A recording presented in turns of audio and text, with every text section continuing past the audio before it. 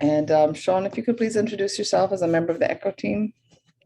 Bonjour, hello. My name is Sean Middleton, and I am part of the Circles of Care grant, and I'll be working in the schools this coming year and doing some trauma-informed trainings.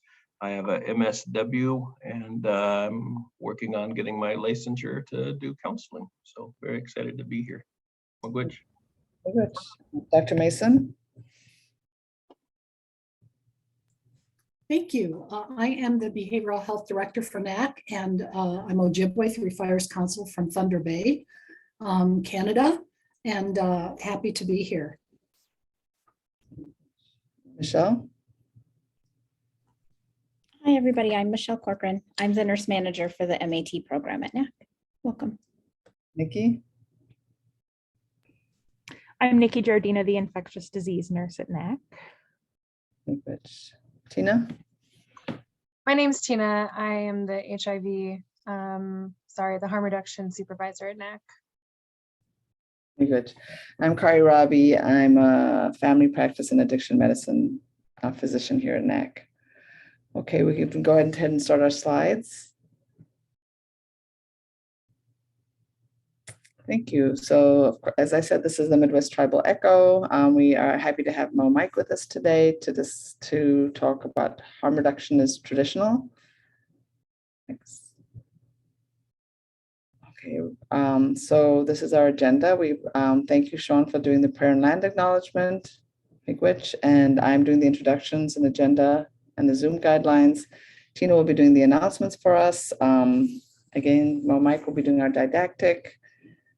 If we have time, we'll do a case presentation, and then Tina will close for us. Okay. As far as Zoom goes, please let us know who you are. Introduce yourself in the chat function with your name, title, organization, and email.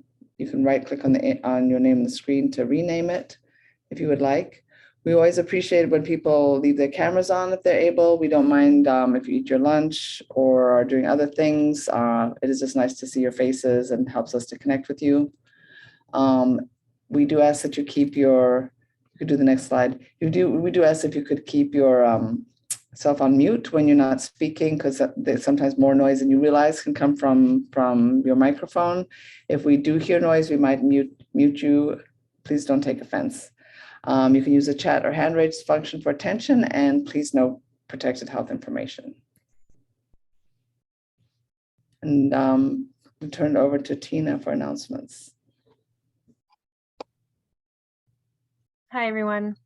So upcoming ECHO sessions, we have some topics in the works, but still working on getting those scheduled. So TBD at this point, but they will be announced. There are other ECHOs related to opioid use and a whole lot of other topics too. And so let me know if you want some help finding those. I can get you connected and send you some links. Stratus, who is our partner on this project, has just launched a new website called CORE, Center for Opioid Resources and Education, which they're just offering to the community as a hub of knowledge and lots of different links. So check that out. I can send that out in the chat as well. And another thing that we wanted to announce, some of you already saw that we sent out an email containing a survey. Some of you have completed that, so thank you very much. And we just want to keep it open, and we'll send it out again to get some more responses. And the purpose of this survey is to just get a better idea of who in our audience is interested in getting involved in a variety of different ways, and also get an idea of what kind of information our audience wants to be learning about. So we just want to make the ECHO more relevant and more responsive to the community's needs today. So I will be sending that out after the presentation directly to people who have attended today, and I'm going to send out another mass email to people who subscribe to our email list.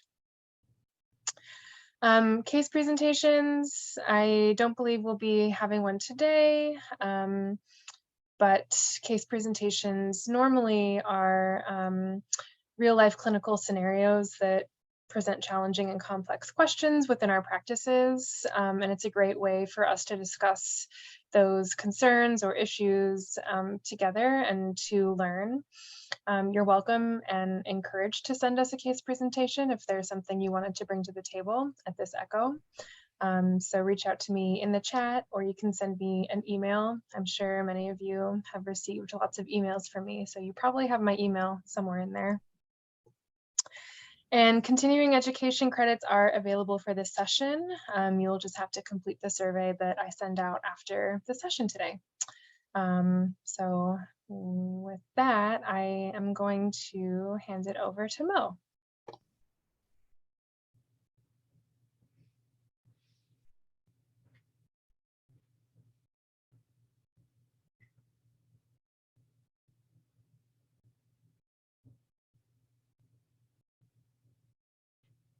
He's muted.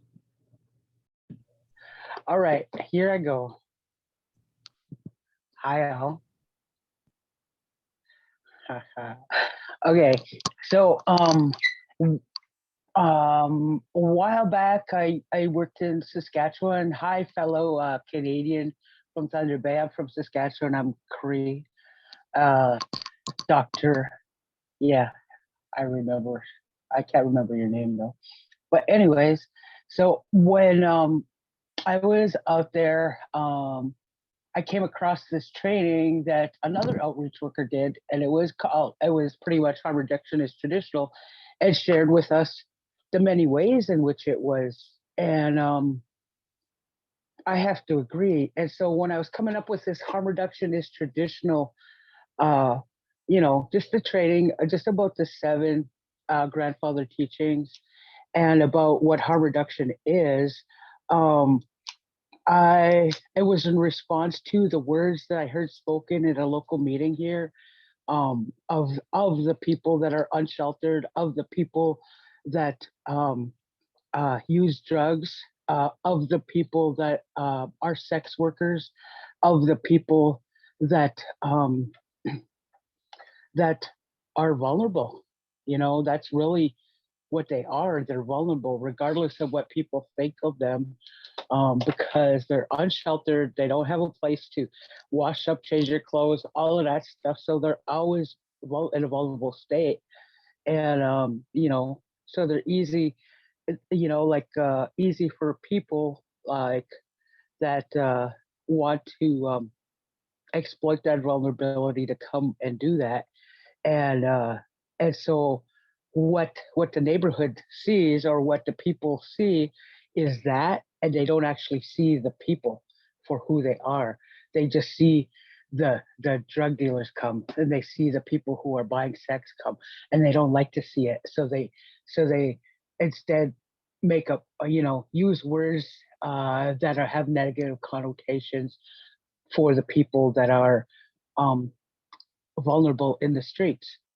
And so when I heard the words of these people who claim to be traditional, and then especially, I'm here in Anishinaabe country, Dakota country, for the most part. But when I see my Anishinaabe brothers and sisters out there, and then also have people who are, pillars in this community, talking in a way that puts these people down, it doesn't make sense to me, because here we are trying to help our community, and then you're putting words that don't need to be said about our relatives out there. So that's where this came from. And you could go to the next screen. I'm gonna get started now. So when I do this, as like I put in what is a value, because often people really don't know what a value is, but I have 5 bullet points here. It helps to motivate your attitudes and actions. So if you hate transgender folks, then you're going to mistreat transgender folks. If you're a white supremacist, you're going to, pick on people that are not white because they because it's what they want to do. So in my values, like in the values that I have learned over the course of my life, I really like the Anishinaabe values, and I just pulled these from a book from Benton, the late Benton Benet. I can't remember his first name at the moment, but it's in my credits at the end of the screen, at the end of this presentation. So they also help us determine what's important to us. So it's how we choose to embody our actions, who we want to be, how we treat people, ourselves and others, and how we interact with the world around us. Like, so when we're interacting with the world around us, and if we're spewing hate, of course the people around us like are probably going to be the ones that do the same thing. And where in my world, I want all the people that are working in harm reduction and working with people, period, whether it be the front desk, the lab technician, whoever, to work to have some of this type of training so that they can understand how to treat people. Values are the motive behind purposeful action and are essential to ethics. So like I try to embody that in all I do, and then ethics are another part of it. Like you can, the other day, a client came to see me and wanted a ride, and I'm like, I can't give you a ride unless I'm in my company van. But you can be open and honest with people too, based on your conduct and your ethics. Can we go next slide? Thank you. So here's where I still don't know how to say all these words. Humility, the bendezoin, the dendezoin, bravery, akwe ode ewin, honesty, gwikwadzuin, wisdom, nibwakawan, truth, Dabwewin. I kind of know that one because in our language in Cree it's Dabwewin, so it's kind of the same. Respect, Mina Dendidwin. Love, Zagedwin. And when I think about these teachings and how they work with harm reduction, if you are coming to a person from any of these bases, you begin to treat people better.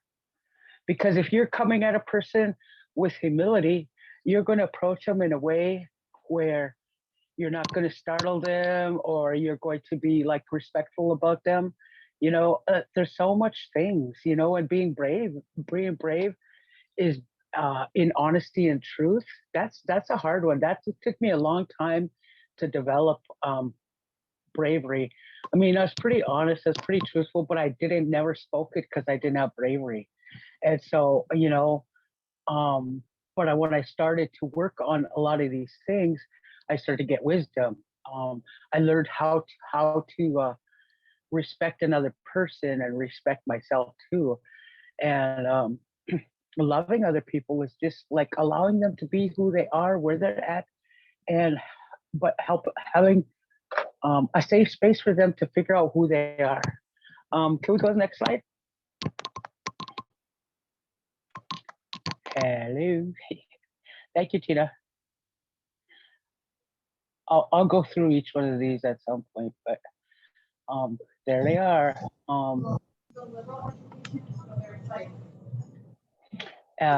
So this says here, as Indigenous people, we understand our relationship to all of creation. Humility is to know your place within creation and to know that all forms of life are equally important. We need to show compassion, which is care and concern for all of creation. So, that doesn't just include other people, it includes our space, it includes our home, it includes a lot of different things. Um, but being humble means just to be okay with what we have, where we're at right now, and also being okay with ourselves so that we could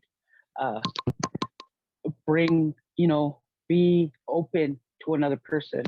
I think one of the very favorite of my friends that exhibit this humility is James Schmidt. I really, really enjoy how humble this man is and how he does his work, no complaints, and just goes about his business. And even on his way home, he works, and so I really appreciate that.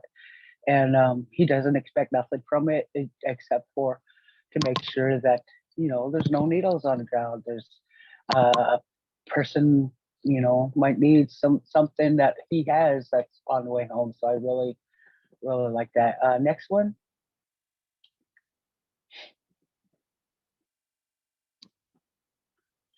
Bravery. So when we're working with clients, part of bravery is also being comfortable in their space. Being brave is like being comfortable in their space because, I was doing a test like a week or so ago and talking with a client. And then the next thing I heard was after talking about the work that I do and another person, and they're like, this is my life, they're being brave about their life. But even us, like being brave is to stand up to maybe someone's being mistreated and we see it, and we can go stand up and be at least their advocate for the time that we're there. Because often, when we're doing outreach work, there's not a lot of time, like maybe a couple hours, 3 hours that you're out there. So sometimes you don't have a lot of time to be with a person or persons who are going through some things. But also bravery is just to allow ourselves to be okay with whatever is going on right now and moving through it. And the way that you move through it is like with all of these other values. Next slide, please. Honesty. We can be honest with people. Like say, so I had a person come in and I couldn't test them, and like we had to make a date, an appointment, and I'm like, this is the earliest I'm available, and they took it because they wanted an appointment with me specifically. They didn't want to see someone else in our agency, so I had to do that. And but also when you be honest, things fall into place. Like then you don't have to worry about, oh, who did I lie to, what do I have to keep in mind, because I lied to this person or that person. Nah, this is like being honest with yourself and with others. So you can be honest with the people that are out there, what you can provide, what you can't provide, and who you can refer them to to better their lives. So like I can't personally get tense, but I know that Supply Depot gets some, and I know that there's a couple people from Southside who can connect that service, so that I can connect them to the person, or at least get a tent for them from that person, and then have them bring it right to IPTF or whatever. It's even being honest about like let's just move on. I just think I'm going to be rambling if I don't.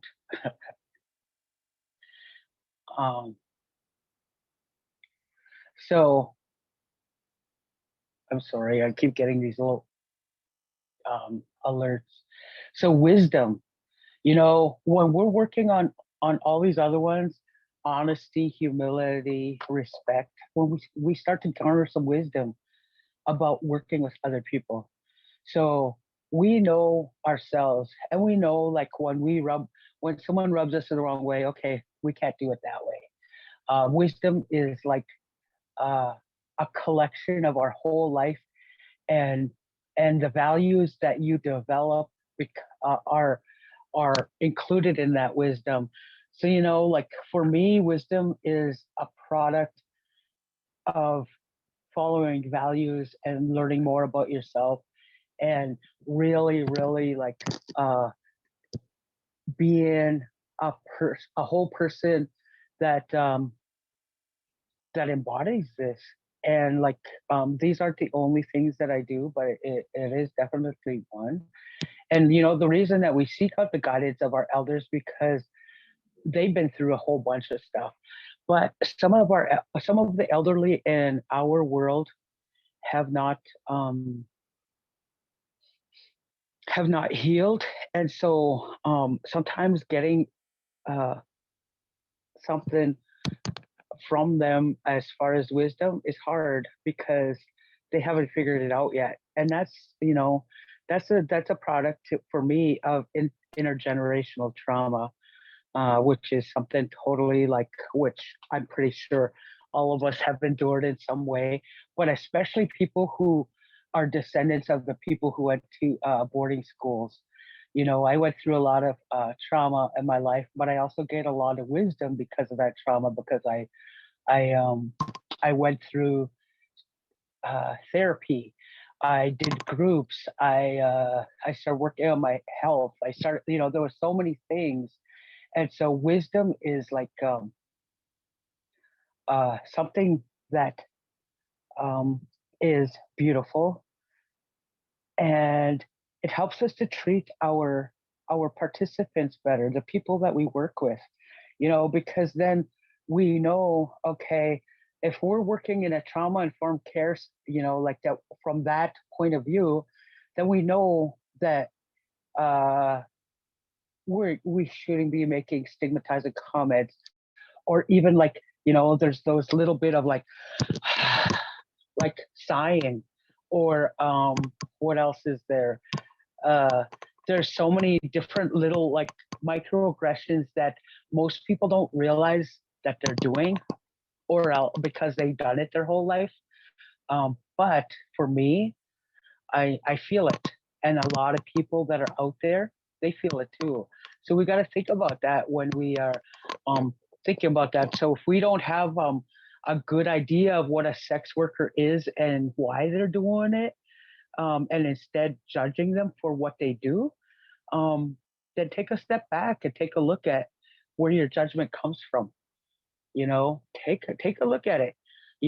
Where does your judgment come from when you're talking about people who use drugs, either smoking them, injecting them, booty bumping them, putting them up their nose, whatever way that they ingest them. But then you're just thinking of them as an addict and not as a person who maybe needs help to get away from that, or to learn how to manage that better. But wisdom is about, really, really looking at the whole person, and not just those things that you think are judge-worthy, because they're not. They're, to me, they're not. Anyways, that is a product of where they ended up. That's the way I feel about it. And so, maybe in a couple of years they might not be a sex worker no more, because they found a different avenue to go down. And I'm really like thank you for that comment. Yeah, because microaggressions are real. So like I said, wisdom is knowing how to treat another person with all of this, with all of that, without all of that. And they know when we don't want to deal with them. They know, they feel it. And so if you're not in a good place to do outreach, don't go. That's a part of your wisdom too. and say, like, I'm not in a good place right now, and I don't feel like I can interact with people today, that's real. And it's okay to take breaks in your life, like go camping, do something that will take off all of this stuff. Because we work with people who are highly traumatized, and sometimes their stories to us maybe too heavy for even us to carry. So then, I see a therapist. I also say prayers and put tobacco by a tree, all of these stuff, so that I could let go of whatever they brought to me that is not mine. Because that's another thing of wisdom too, is that you don't have to carry someone else's stuff all the time. Because if you do that, then you're like overworked, overstressed. Um, your life is not yours anymore; it's theirs. And you got to remember that you have your own life and your own needs and your everything else. And so, part of that is taking care of you. Next slide, please.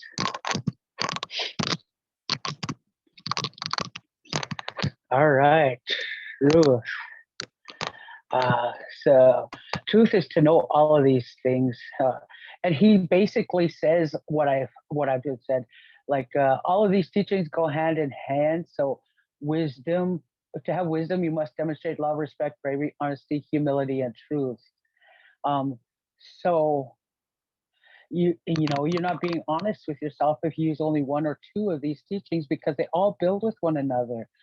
Um, and and if we always speak from a truthful place, we never have to lie. If we always speak from a truthful place, and someone comes to you and says, "Well, I heard you said this," and it's like, "Yep, that's true," and it's true. And like I really embrace this truth with myself as well, learning who I am, because at some point in my life I was living a lot of trauma, and I wasn't being honest with how I felt about things or where I was. And I made relationships worse with people than better because I wasn't being honest and truthful. And so you can be also truthful to your clients. Like I said before, just tell them the truth, give them some options of what you have available that you can do. And if they don't want any of them, that's fine. And if someone else that has the option that they desire, refer them to that person, because we're all in this together. We're not here trying to be like, oh, IPTF needs to is getting 3 people into treatment, and NACC is getting 52 people into treatment, and Jenny Borgo's getting 20 people off the street into treatment on her own without an agency. Like all of these things are like just being truthful, like, so just hand the baton over if you can't handle what's going on at the moment. Next slide. Respect. I was talking about respect earlier today. We were in a training, and so one of the things about respect is that when you treat another person respect, they'll respect you back. And it doesn't happen overnight, but they'll remember and they'll respect you, and they'll like come to you when they need something that they know that you offered them back, and they're like, maybe I want that now. Let me go check them out. And if they have no respect for you, they're not going to come check you out for that. And so it's one of those things that is really real. So back in 2018 to 2019, I worked at the Navigation Center, which was basically 3 tents set up for the unsheltered homeless, and most of them used injection drugs. And I was in one tent with like 50 people. Not one of those persons. I always left my phone on my desk when I would go and do something for someone, like outside of the tent. And one of my, like, every single time I left my phone, anybody that was in my tent that they saw it, they would pick it up and they would come and find me and said, you can't leave this out, because they knew that somebody would steal it, but it wasn't them. My whole tent had respect for me enough to do that for me. And you know, I really appreciate that, because it really showed that I was being respected by people who would normally take something to sell it for their drugs. And it's just the truth. It's not, you know, and I'm really thankful that I had that. Next slide. Love. It's one of the greatest teachers. I believe so too, because, you know, there are many points in my life where I was loved, just loved for who I was, where I was at, whatever. And it felt so good. And just to be treated like, with love for even those moments. I remember I held on to them. And so I think that about our unsheltered relatives as well, because harm reduction, you know, is about teaching, about helping others and meeting them where they're at. I do have another slide that says all of that stuff, what it does. But really, you know, when you're meeting someone where they're at, showing up with compassion, love,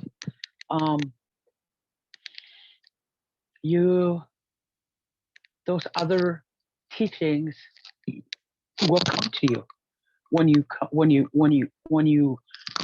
go from a place of love. You know, love is such a beautiful thing when it's unconditional. You know, you don't have to do anything for me to treat you right. You know, I'll still treat you right. You know, if you did me wrong, I'll still treat you right, not because I like what you did to me, but because that's who I am. That's who I've become because of working on these type of values. Next slide.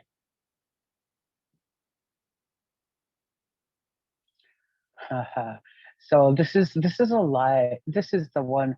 So the grandfathers told him, which is Eddie Benton Benet, who is passed on now. Each of these teachings must be used with the rest. You cannot have wisdom without love, respect, bravery, honesty, humility, and truth. And you cannot be honest if you use only one or two of the teachings, and to leave one out is to embrace the opposite of what the teaching is. So when we talk about that, so like when we talk about wisdom, if we don't have wisdom, what is that? The opposite of wisdom, I don't even know what that is right now. But without love, you know, then you're hating on someone.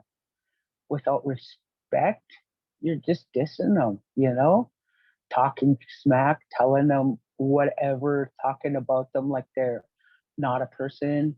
Bravery, like you're not even standing up to people who are exploiting them when you're there. If you're not honest, then you're lying. If you're coming at them not with humility, but with ego, oh, I'm going to come save all you people out on the street. You know, that's not humility. Truth, you know, when we're not living in truth, or not when we're trying to go and see them and be honest and truthful to our participants, then we're just like creating a place where they are no longer believe you or trust you, you know? And so it's really important that we embrace all of these, because then you can put out stuff like, you know, like greed, like people who like to diss other people by humiliation, like all of those things will be just not in you if you're working on all of this stuff to really treat other people in a good way. Next slide, please. I don't need no time for this. All right. Oh, I got 15 minutes. Next one.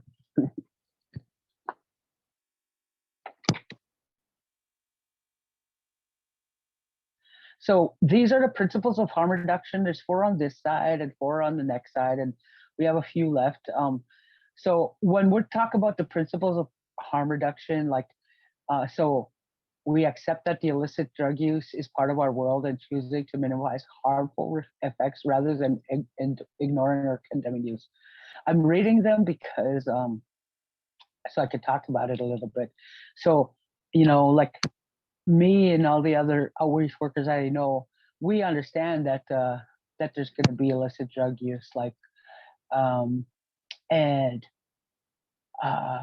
what we choose to do is to allow people to be autonomous and give them the tools to make sure that they're safe throughout their use. So like we hand out Narcan, we give them syringes with the size that they like. We offer them alternative, which is like smoking supplies. So like we could offer them foil or bubbles or stems depending on what they smoke. And but it will help to reduce like HIV if they started that and not injecting and not sharing needles with others, because reality is it happens, and we know it happens because there's an increase in HIV in the drug use population of the unsheltered.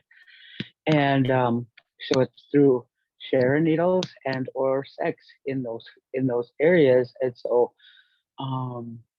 we know that what we're doing is to try to make sure that the rest of the people, that they get into care and get onto undetectable, so that they can continue, so that they, even if they're continuing their use, they can still, that they're not going to pass it on if they do share a needle with someone else, that type of thing. Drug use is complex, and it ranges from total abstinence to severe use. I don't like the word abuse, but that's the word that came from the Harm Reduction Coalition website. And some are safer than others, obviously. That's what I talked about. Like like, that's why I don't like with our syringe exchange, we cannot have foil and bubbles and stems. We can't buy them with our funds because they're considered a what do you call that? I'll remember it after. But anyways, paraphernalia, yeah. And it also says, successful interventions and policies are those that establish quality of life for individuals and community. When we're using these harm reduction, when we're using these values in harm reduction, then we're following our policies and guidelines within our agencies, but also we're being honest again, like what we can and cannot do. And like sometimes all we do is just hand out water and Gatorade and on a hot day. And then we end up talking with a few people, and some might want to get tested, some might want to go to treatment. And so like, because they're tired of being out there in the street, or they're just tired, period, because the drug use doesn't give them no rest, because they gotta always continue to find a way to get it, have to find all these different things. All right, so then the next one is believes that services and resources for drug users should be non-judgmental. So when we think about that, and also like principles is and assist people in reducing harm. So, when we approach people, that's how come I made this slide, because I don't want to be talking about people that use drugs. I use drugs, I use drugs, and I don't think it's wrong. I don't let it take over my life, but I do. I smoke medical marijuana daily, and for each person, they're autonomous. They get to choose. Do I want to use? Do I want to get my life together to get out of the street or not? Like, it's up to them. It's their choice.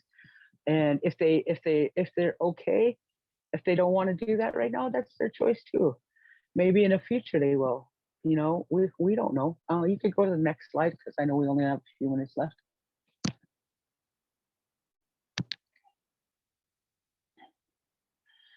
So, yeah, I really like Southside Harm Reduction Services because we do try to use their voice in the creation of the programs that they provide, and policies designed to serve them. You know, like in Indigenous Peoples Task Force, like 2018, we're pretty new to harm reduction as far as an agency, and so often that's tough. But really, like when we allow people who are affected by either unshelteredness, by drugs, by violence, whatever, they should be a part of creating the program or the policy, because if we're going to build a new program to help them, because they know what they need more than we do. If we haven't been out in the streets daily, you know, those are some of those things. Recognize that poverty, class, racism, social isolation, trauma, history, sex-based discrimination, and other social inequities affect people's capacity to effectively deal with drug-related harms. So you see all of those things that I just listed, those are real. Those are so real. And so people who at their very, very best are still searching for all of those things, are to adequately cope with all of those things. And so you know, some people like to make sure that they have their makeup on every day. You know, some people but they like to look good, but they still maybe in poverty, like we don't know. And so we just treat people if we treated everybody like they were yourself, I think we would have a better world. You know, like I want to be treated well. So I'm going to treat another person well, regardless of where they're at. I used to be in poverty. I've never been upper class. I'm kind of middle class. And racism, I've experienced it. Social isolation, oh yeah, the last 2 years. Trauma history, I've been through every trauma that's been listed, as far as sexual, physical, mental, spiritual, emotional. I've had all of those traumas, but at the same time, I addressed it, like I said before, because I wanted to. I didn't want to carry around that stuff, and so I got it out of me. It took a long time, took a couple years, but it happened, and I am so thankful for my life every day that I don't have to live there anymore. Sex-based discrimination. You know, some people like maybe they see someone trans and they don't know how to be with that person, so then they just don't deal with them in a good way. You know, I don't deal with that, but you know, I was born in a female body, but I'm masculine, and people recognize that I'm masculine, and so that's that. But anyways, you know, when we're out there to help the people, we're not there just to supply syringes and all of that. We're there to give them some place to allow their voice to be heard. We're giving them some place to address an issue that they might not address anywhere else because of where they're at. And we don't minimize or ignore the real and tragic harm associated with illicit drug use. You know, the reality is that there's going to be drug overdoses. There's going to be people going to the hospital for other bloodborne pathogens. And what I really like know is that you could talk with people like, yeah, I don't want to lose you. Will you take some Narcan? Don't use alone. If you use alone, can you be where someone can see you. And so like, I know that there's people out there that'll be like, oh, I don't want to see that. Would you rather your kid go playing around where it's hidden, and because kids like to go where things are hidden, and all of a sudden find someone who passed using their drugs because they decided that the stigma of society was too much? Or would you rather find them and save a life and know that they have another chance at tomorrow? That's real to me. Next slide.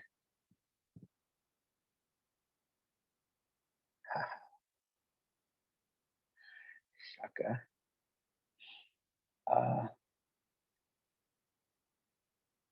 Oh yeah, so these are the questions I want you to think about in your work, because this is like a real, like our use of our values in our work is real.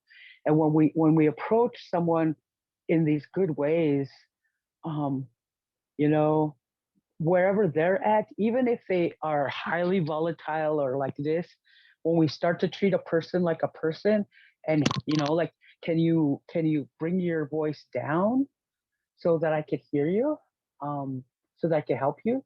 I've done that before, where like people have been so agitated, and I'm like, I can't hear you because of my own triggers and around trauma, is that I don't like super high, like loud voices. And so I've been able to do that with a few of my clients that were so angry that they're just like all over the place. And then I'm like, hey, wait a minute, let's bring this down. I say, you want me to listen to you? I can only listen if you speak to me in a normal voice. And like, so like, these are kinds of the things that I think about. How does these values show up in your everyday life, in your work? How about other moments you're a part of? Like, do you really show your values of these, or are you like a gossiper? Well, then that's not a part of these values. All those things that go against these values, start look at them and say, is that really going to be helpful to another person? Why do I always want to hurt another person by saying stupid things that may be true or untrue, but doesn't need to be said? Are there values that are easier or harder for me to access depending on the space I'm in? And yes, why is that? So for instance, for me, the local mud meeting, it's hard for me to be brave. So I stopped going altogether because I got tired of like hearing what they say about people. And I stopped going because when I very first started, there was no harm reduction people there, and I was like, felt like I was taking on the whole Native American community that didn't understand harm reduction.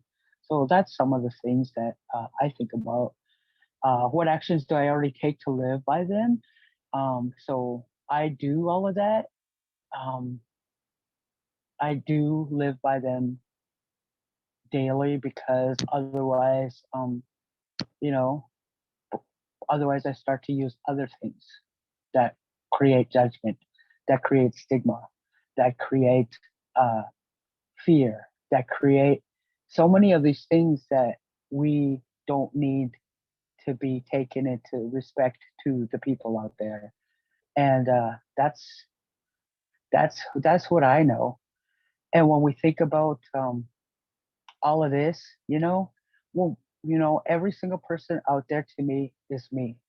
I treat every person out there like it was me.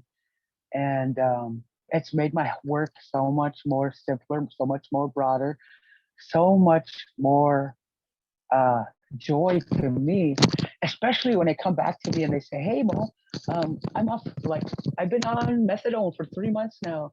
I've been on Suboxone. I don't have to come back to see you, but I see them in the street or somewhere else. And it's like amazing that because someone believed in them to listen to them.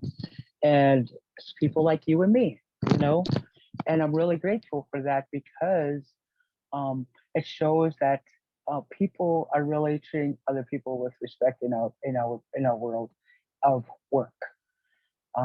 Next slide is probably the last one, which would be the credits, I think. 2 minutes left.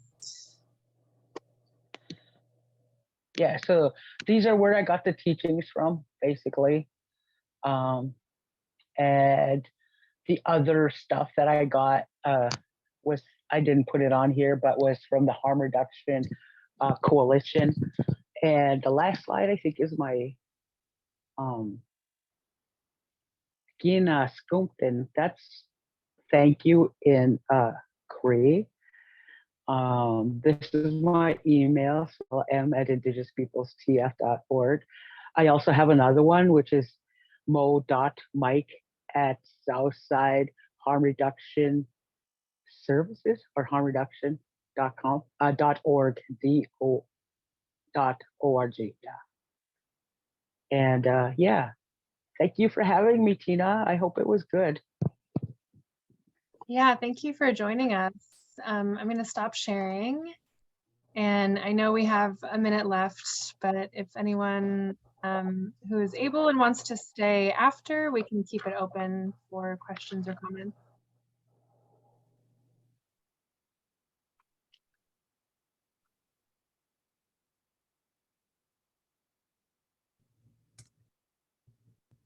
It was so good to hear you talk again, Mo. We think that it would be helpful for everybody on our clinical staff, and I'm sure on all this. I think as providers, sometimes we have a sort of a specific relationship with the patients, but our frontline staff, from front to back, to just have this perspective that allows people to approach in a different way and in a better way. Thank you. And it's such a breath of fresh air. Thank you so much.